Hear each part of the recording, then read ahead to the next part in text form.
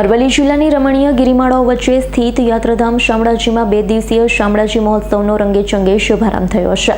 રાજ્ય યુવક વિકાસ બોર્ડ અને જિલ્લા વહીવટીતંત્ર દ્વારા આયોજિત 2 દિવસીય શામળાજી મહોત્સવનો પ્રથમ દિવસે પ્રારંભ કરાયો છે। અરવલ્લી જિલ્લાની રમણીય ગિરિમાળાઓ વચ્ચે સ્થિત યાત્રાધામ શામળાજીમાં 2 દિવસીય શામળાજી મહોત્સવ રંગેચંગે શુભારંભ થયો છે। રાજ્ય યુવક વિકાસ બોર્ડ અને જિલ્લા વહીવટીતંત્ર દ્વારા આયોજિત 2 દિવસીય શામળાજી મહોત્સવનો પ્રથમ દિવસે પ્રારંભ કરાયો છે। માનનીય અન્ન અને નાગરિક પુરવઠા મંત્રી ભીખુસિંહ પરમારના અધ્યક્ષ સ્થાને શામળાજી મહોત્સવ 2024-25નો પ્રારંભ કરવામાં આવ્યો। શામળાજી મહોત્સવના પ્રથમ દિવસે ગણેશ વંદનાથી કાર્યક્રમની શરૂઆત કરવામાં આવી છે। કૃષ્ણ લીલા, કૃષ્ણ ભક્તિ અને કૃષ્ણ ભજન ખાસ કલાકારો દ્વારા ભજવવામાં આવ્યા। લોકપ્રિય સંગીતકાર ગીતા રબારીના કોકિલ કંઠી અવાજથી સમગ્ર શામળાજી મંદિર પરિસર કૃષ્ણમય બન્યો। ભક્તિમય વાતાવરણ સર્જાયું હતું। હાસ્ય કલાકાર ભારત રાવલે લોકોને હાસ્ય રંગમાં રંગી દીધા છે। લોકોને સંબોધતા મંત્રી ભીખુસિંહ પરમારે જણાવ્યું છે, આજે આ પવિત્ર શામળાજીની ધરતી પર આપ સૌને જોઈ મને અપાર આનંદ થાય છે। આ મંદિર માત્ર એક ધાર્મિક સ્થળ નથી, પરંતુ લોકોમાં આસ્થાનું કેન્દ્ર છે। મંદિર આપણને એકતા અને સદભાવનાનો સંદેશ આપે છે। યાત્રાધામ શામળાજીને પ્રવાસન સ્થળ તરીકે વિકસાવવા સતત સરકાર દ્વારા પ્રયત્ન કરવામાં આવી રહ્યા છે। સૌ મળીને શામળાજી મહોત્સવની ઉજવણી કરી રહ્યા છીએ। મહોત્સવ આપણને એકબીજા સાથે જોડે છે અને આપણી સંસ્કૃતિને જીવંત રાખે છે।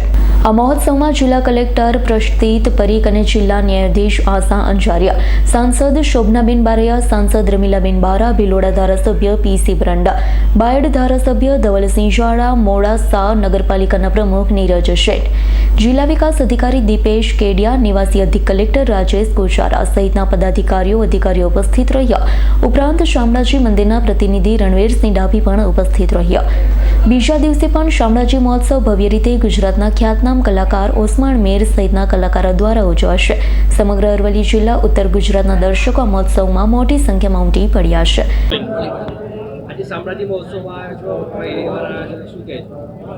શામળાજી આ મહોત્સવમાં આવવાનું થયું છે। ભગવાનના પ્રાંગણમાં ગાવાનો અવસર મળ્યો છે, અમારા માટે ખૂબ ગૌરવની વાત છે। અને શામળાજી મંદિર એક આપણા તમામ ગુજરાતીઓનું, હિન્દુ ધર્મનું એક શ્રદ્ધાનું કેન્દ્ર છે, આસ્થાનું કેન્દ્ર છે।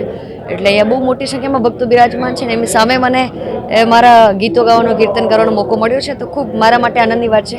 તો થેન્ક યુ શામળાજી ટ્રસ્ટ અને ગુજરાત ગવર્મેન્ટ કે સારા અવસર એમને યાદ કરે એ માટે। હું તો પહેલી વખત અહીંયા આવી છું, પરફોર્મ કરીશ, પણ મેં ઘણા બધા ડાયરોમાં ગાયું છે, કેમ કે શામળાજી કે પછી સાવરિયા શેઠ હોય કે ભગવાન કૃષ્ણ હોય, બધા ગીત તો આપણે એક જ હોતા હોય છે કે દેવ દ્વારિકા વાળા હો નાની નગરીના રાજા શામળિયા શેઠ અમારા। Thank you. શામળિયા મહોત્સવનો કાર્યક્રમ આપણા દેશના દીર્ઘદ્રષ્ટા, આપણા સૌના લાડીલા, આપણા ઉત્તર ગુજરાતના પનોતા પુત્ર માન્ય નરેન્દ્રભાઈએ આ શરૂ કરેલો કાર્યક્રમ, અને આ કાર્યક્રમ આજે 10 વર્ષથી દર વર્ષે શામળિયા મહોત્સવની ઉજવણી કરવામાં આવે છે। એ અંતર્ગત આ વર્ષે પણ આ શામળિયા મહોત્સવની ઉજવણી કરવાનું સુંદર આયોજન કરવામાં આવ્યું છે। અને એના કારણે રાજસ્થાનનું પ્રવેશદ્વાર ગણાતું આ શામળિયાનું મંદિર આદિવાસીઓનું આસ્થાનું કેન્દ્ર પણ છે, દરેક સમાજનું પણ આસ્થાનું કેન્દ્ર છે।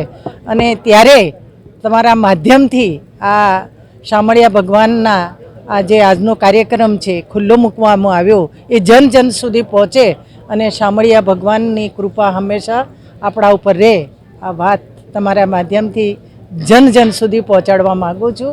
દેશના વડાપ્રધાનને આ પ્રસંગે યાદ પણ કરીએ છીએ, ધન્યવાદ પણ આપવા માગું છું। જયદીપ ભાટિયાનો રિપોર્ટ, S9 ન્યૂઝ, અરવલ્લી। અમારી તમામ માહિતીથી અપડેટ રહેવા માટે જોડાયેલા રહો S9 ન્યૂઝ સાથે।